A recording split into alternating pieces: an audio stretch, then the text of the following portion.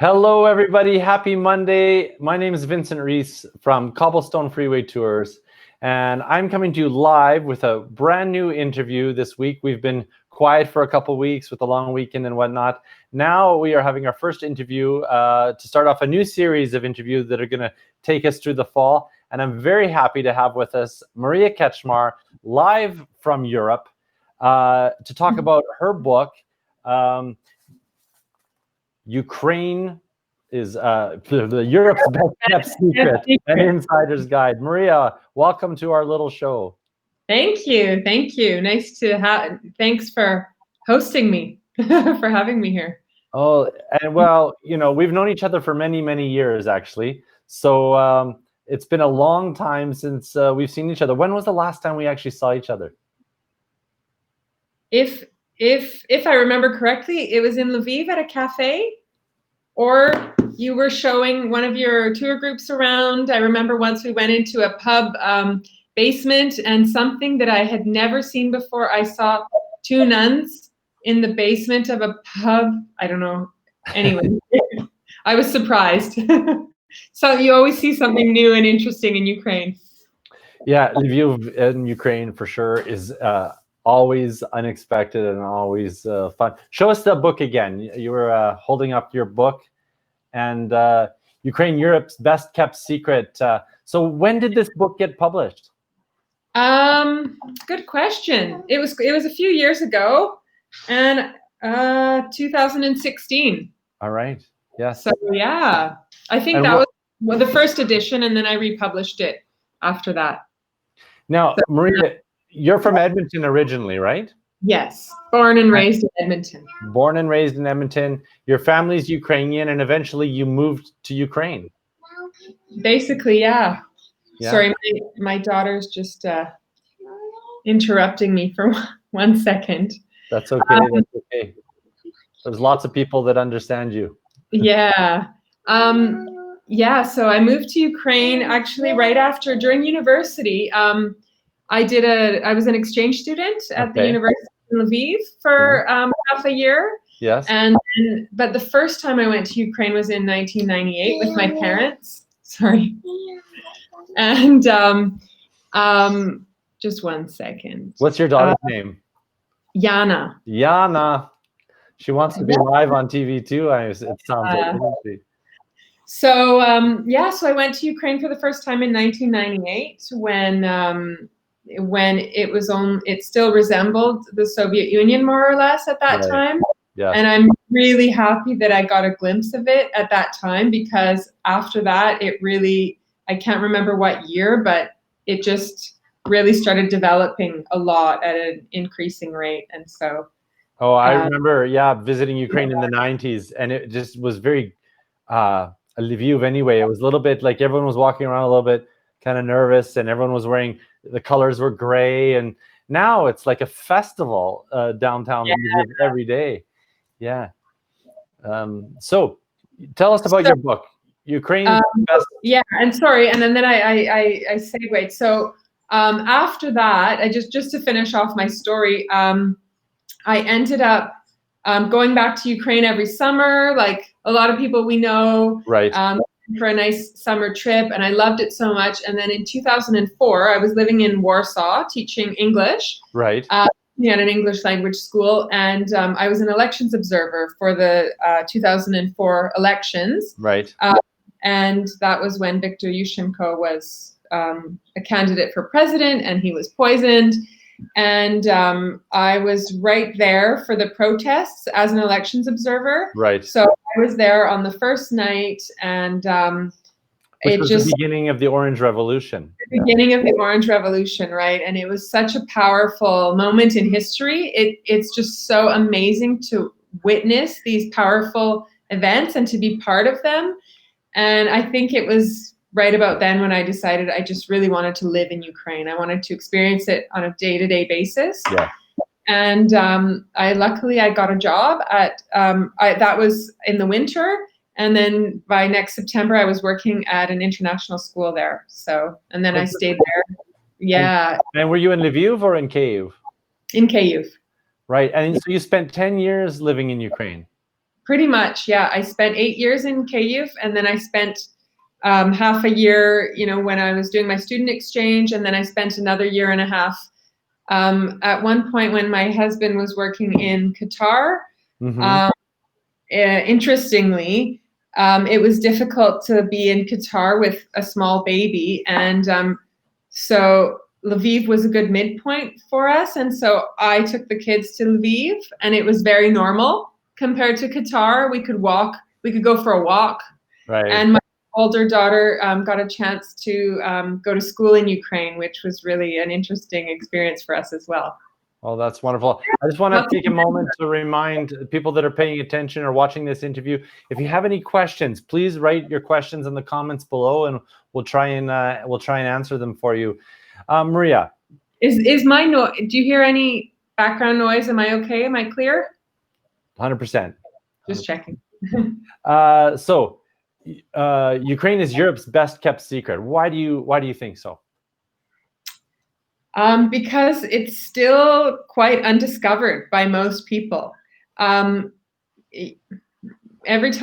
I've traveled around Europe and mentioned Ukraine, people don't really know about it, and they see things, they see stories in the media, and like right now it's all about the war, and every year, there's stories about the bad president, and so some people don't think of going there on holiday, but the people that know how great it is, go back. Yeah. So there's so many things that you can, great, thanks. There's so many things that you can experience in Ukraine that you can't experience now in other countries in the world, like in Western Europe. Give us an example. So, what to choose? Okay, going on a traditional. I mentioned this in my book. Going on one of like the Soviet era trams is like stepping back in time sometimes, and like these little tickets that you get, they look like they were printed like 50 years ago, and and you have to get them punched. Yeah, you have to punch them in that little machine, and then when you look around, some people are still dressed like from that era. So that you wouldn't experience. One thing I love about Lviv so much is that they don't have the chain cafes and restaurants that you see in almost every Western European square nowadays. No Starbucks. You don't see H&M, Starbucks, like Hard Rock Cafe. Well, maybe you don't see that everywhere, but you don't see these chain things. You see these like Ukraine. When I go to Prague, and I've been there a few times recently, it's great, but you kind of see a lot of what you see in other Westernization. You see a few of these Czech things, like that cream roll, that cream, it's like a donut with cream inside. But when you go to Ukraine, it's like all these things, like so many unique Ukrainian things that you can experience, like the cherry liqueur on the street, right, with the cherries inside. They don't do that anywhere. Yes, I have an empty bottle of it right behind me. Back to the tram thing, what I love about being in Ukraine is getting on the marshrut, the local buses, and they're just jam-packed with people, and the bus driver has a pile of money in his little pad beside him, and people get on, they go sit down, they get comfortable, and once they're comfortable and they've relaxed, then they pull out some money and they pass it forward, and everyone just passes money back and forward. And somehow the bus driver's keeping track of all the people and what they've paid and stuff like that. And then you just pass back the change, and everybody trusts each other, to pass back that hryvnia, 50 or whatever they, For all the bad press that Ukraine gets in the media, I have never felt unsafe in Ukraine. And I've been all over Ukraine hundreds of times, and I've never had any problems, never felt really unsafe. And I've felt more unsafe downtown Edmonton or in New York or in Toronto sometimes than I felt in Ukraine. Do you have that same experience? Definitely. I mean, I tend to stick to central areas in Ukraine. Right. So maybe there are some areas that could be avoided, but I've never seen I've never seen anything. Right. Anything. Right. So you, in your book, you wrote mostly about Kyiv and Lviv. Is that true? Yeah. Yeah. I've glanced through the book, but I apologize, I haven't read it yet. That's okay. They're the cities that I'm most familiar with, and they're the cities that tourists are generally most interested in. I talk a little bit about some of the other cities, like Odessa is very popular, and going to the seaside. True. And Chernivtsi, Carpathian Mountains, those are great. But I find that the main destinations that people initially choose to go to, like the hubs, are Kyiv and Lviv. I always find that, I went to Ukraine started going in the 90s, and then I also visited Prague and Budapest. In the early 90s, there was no tourists in Budapest. There was like nobody there. And now it's been like overrun with tourists. Like they're almost having except for this year, of course. But Ukraine hasn't had that experience yet. And for better or worse, I think it gets pretty crowded in the summer on a summer day, the center. But yeah, you're right. They're not overrun with tourists yet. Yeah. So some people, of course, the Soviet Union was a dark period for Ukraine, but in some ways it preserved Ukraine and some of the authentic traditional stuff that they've really embraced now. They've really taken it and they're turning it into a pride. And where in other parts of Europe, modern culture seemed to wash that traditional culture away. So in your opinion, what are some of the best kept secrets of Ukraine that you would recommend to people without giving away your book? Yeah.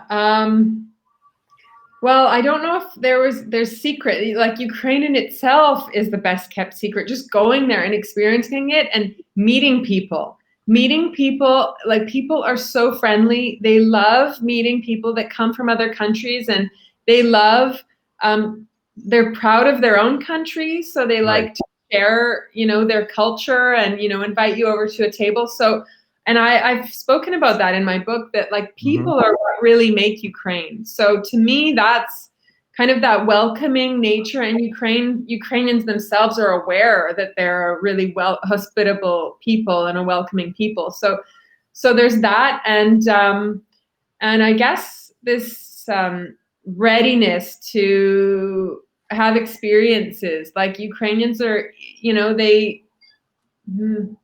adventurous, maybe, I don't know.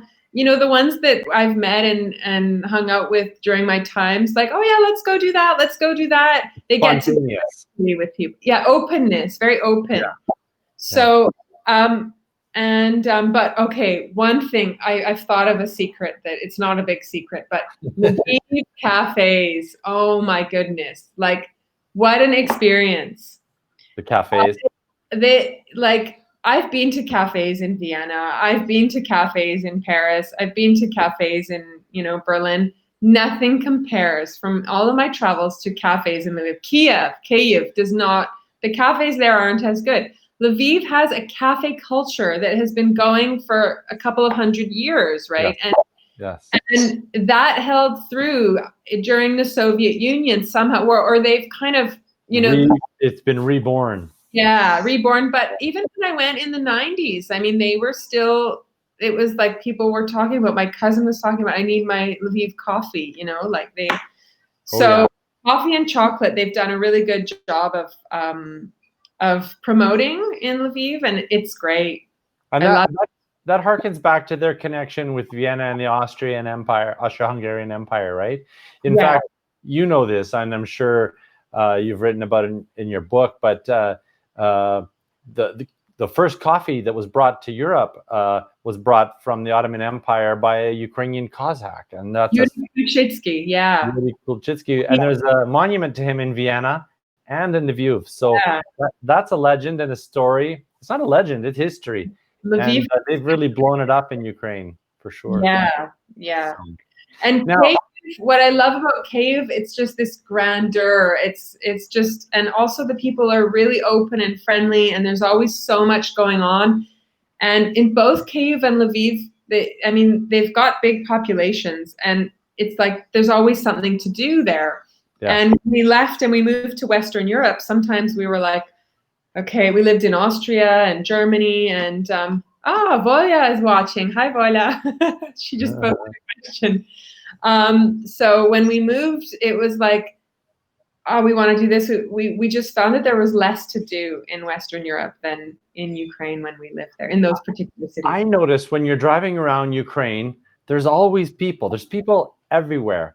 The density of the population is quite large. And as soon as you cross the border into Poland and you're driving down the road or in Slovakia and you go like, I always wonder, where are all the people? Like, there's nobody out there on the streets. Where in Ukraine, there's always somebody standing on the corner having a coffee, or some Baba's chatting, or the walking his cow, or like when you're driving in the country, I'm talking about, not downtown. Yeah. There's people everywhere. Yeah, and we noticed that too, definitely, you know, our family. And it kind of gives the country this energy when you see people around.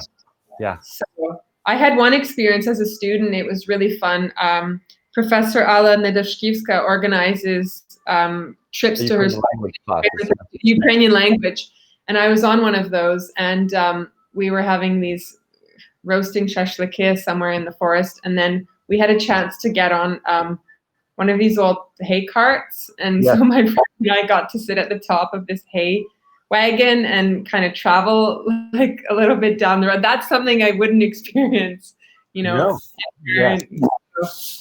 Yeah, we really love that opportunity to experience some of the authentic, like, frozen in time culture that still prevails in Ukraine. And not that they're in a hurry to get rid of it either. You know, I think Ukraine has almost looked at the West, looked at Europe, looked at North America, and seen how we've hurtled our way into progress and contemporary life. And in some ways, you know, they look at the West in economic stability, political stability. Those things are important, but they've also realized the traditions and the family and the authentic living that's been kept is actually really valuable, and they're not in a hurry to get rid of it. So that's a special kept secret that's hard to sort of you know, quite put your finger on that. Definitely. Maria, you've got a family. Tell us a couple of maybe family things that can be done in Ukraine for people that are thinking of traveling with kids. Well, if you have kids who are interested in the theater, like my kids are, because they've grown up in Ukraine and in theaters, they love going to the opera theater on a Sunday for a kid's performance, you know, the Nutcracker or, I don't know, one of those ballets. Also puppet theaters. They love puppet theaters. There's 2 in Ukraine that we go to every time we're there, and it's like shows every day of the week. There's a youth theater that we go to, and we saw this hilarious modern version of Cinderella once with one of our daughters. So theaters we love. We went skating in the winter. You can go skating right downtown Lviv in the winter. They've set up a central downtown skating rink right in the center. Yeah. And there's like a ropes course at one of the parks that you can go to. There's a lot of little museums that we can go to, and we like that too, because it's not like a big museum that you have to spend hours in. You can just go and, you know, explore a little bit. So we like doing that. What about the circus? We haven't gone in Ukraine. No, we haven't done. Have you? I went once to the. I've been to the one in Lviv. But for me, it's quite a throwback to like almost like a circus from the movies from like the, you know, 30s or something like that. You know, I don't think you're going to see this type of circus in existence in another 20, 30, 40 years with the animals and whatnot. But it is quite an interesting thing to see. And we don't have that in North America, where you have like in North America, we have a traveling circus. So it'll come to town, like Cirque du Soleil will come to town or something like that.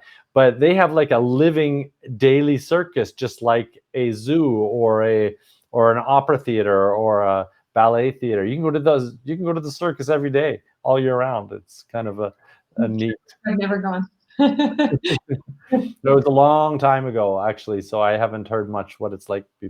Now, what about getting off into the mountains with your family, with the kids? Is that something to do? Yeah, we've done that. I think you have to have the right connections, like cobblestone freeways, to really get the right experience. No, I think so, because I find we've gone a couple times and it's hit and miss. And I think that if you've got that insider information, you'll know know kind of where to go, because one thing that we went last year and we didn't want to go too far into the mountains, and where we ended up was it was a bit kind of commercial, but in the wrong way. I don't know. It wasn't developed the right way. Like there's some areas in Ukraine where they've really got it right, and there's some areas where they're not quite there. So I think that it's best to have recommendation from somebody. We've gone to Bukovel. Sorry? We've gone skiing to Bukovel and really enjoyed it. Having banosh, after a day of skiing, yum. Yeah, I know banosh with mushroom sauce and brinza. Yes. But yeah, skiing in Bukovel, I've really enjoyed it. I've also skied one of the other hills in Ukraine. I can't remember the name right off the top of my head, but Bukovel, people are really surprised to find out that it has 6 high-speed quads and very European standard hotels and lots of great food and kids skiing school and everything. It's not the most challenging mountain, but if you're a skier and you're Ukrainian and you want to have that sort of experience of skiing in different countries, definitely talk to us and we'll help you get settled in Bukovel.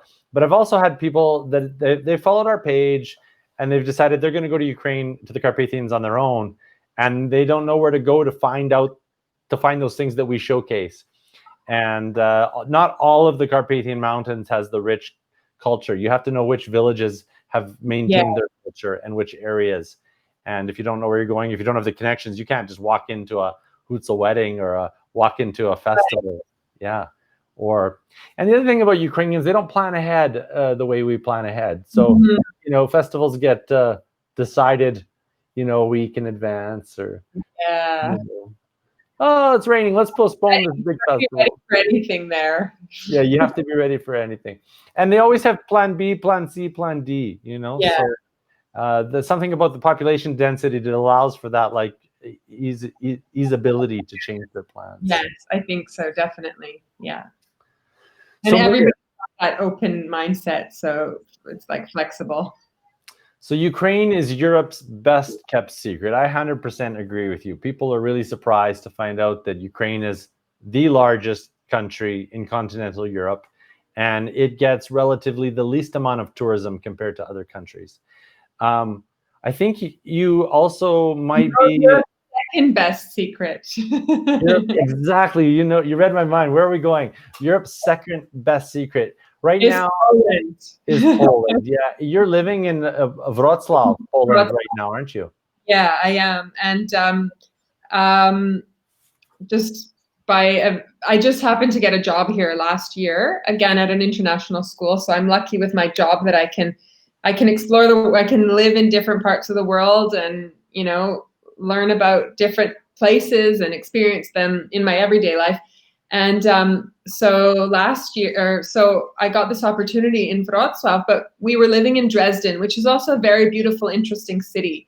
Yes. And it also has an international school. And we came to Wrocław to visit a couple of times. And my husband is British and he liked it right away. And we've actually come to Poland on holidays quite often. Like we've done a traditional Christmas Eve dinner in Poland when we've been either, just moved to a new country or, too busy to really organize Christmas or, something like probably because of a move or not having our Christmas decorations. So we've done Christmas in Poland at a nice family hotel and just with, meatless dinner. And we love that. We've gone skiing in Poland and Wrocław, we really fell in love with. And after living here for a few months, I discovered that my dad actually lived here after World War II.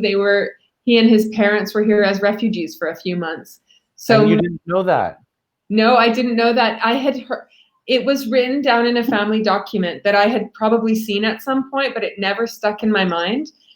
And I found this family document, and because my dad's passed away, and so and maybe that's part of why I feel this connection to the city, possibly. But there were a lot of people after World War II, Polish people who were resettled to Wrocław, and so from, how the Ukrainians were settled from the Przemysl area. Sorry, I'm trying to, with Akcja Wisła. So all of so this Wrocław used to be a German city, and it became a Polish city. All the Germans were forced out, and people from Lviv and Lviv area were settled here. Yeah. And because Lviv had a lot of mixed marriages at the time, like my grandfather's mother was Polish, so there were probably among those Polish people that got settled here quite a few people with also some Ukrainian roots because of the history and the mixed marriages. And so it has almost a Lviv feel here at times. It really does. And when I tell people my roots are from Lviv, when I'm speaking Polish, I say Lviv, they say, oh, so are mine. So that feels really nice. Well, I've noticed, I've traveled extensively in Poland as well. I haven't made it to Wrocław, but I've seen lots of pictures. And I would argue that basically from Prague to Lviv, that sort of strip of cities have a lot of similar architectural styles in common, and medieval old town cobblestone squares, cafe cultures, and you feel like in any of those towns, like you're kind of going back in time, and it's a nice place to be. And speaking of time, we are getting close to running out of time. I'll just sell Wrocław to you because it's very bikeable. We get on our bikes in the center. The bike paths are great. Our 5-year-old cycles across the bridges. It's got some great cafes, some great restaurants. We got beaches, beach volleyball, beach bars. Wow. It's just really, there's kayaking on the river. There's right outside our place. Amazing parks. So there's like so much here. So since we can't live in Ukraine, this is like the next best place for us. Oh, that's wonderful. Well, it's a great segue for us too. When we set up this interview, I didn't realize you were living in Wrocław, Poland, but we have actually we started our tours to Ukraine in 2011. Next year will be our 10th anniversary. And so many of our clients, they loved traveling with us, and they said, well, okay, now that we've been to Ukraine with you, where else can we go? And so we've taken clients to Croatia and Poland and Ireland and Georgia. And but Poland has been a big new attraction, and we added a new Magic of Poland tour, which actually goes through Wrocław. So hopefully we'll be seeing each other more and more often in the coming years. I'll show you the secrets of Wrocław. Yeah, so we're expecting a new book coming from you, Wrocław. Kept secret. Yeah, my teaching job is keeping me a bit too busy from writing, but you never know. You never know. You never know if it's a passion. Maria, let's close off by saying, let me ask you this question.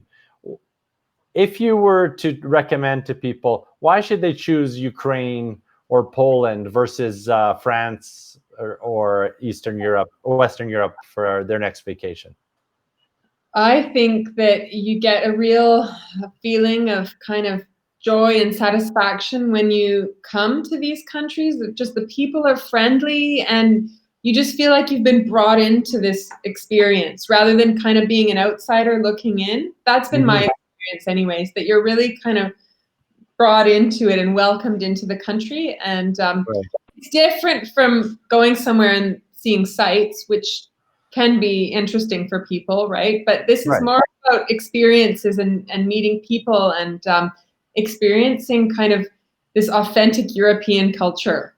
It's really nice, Thus, being an insider, you feel like you're an insider. Yeah.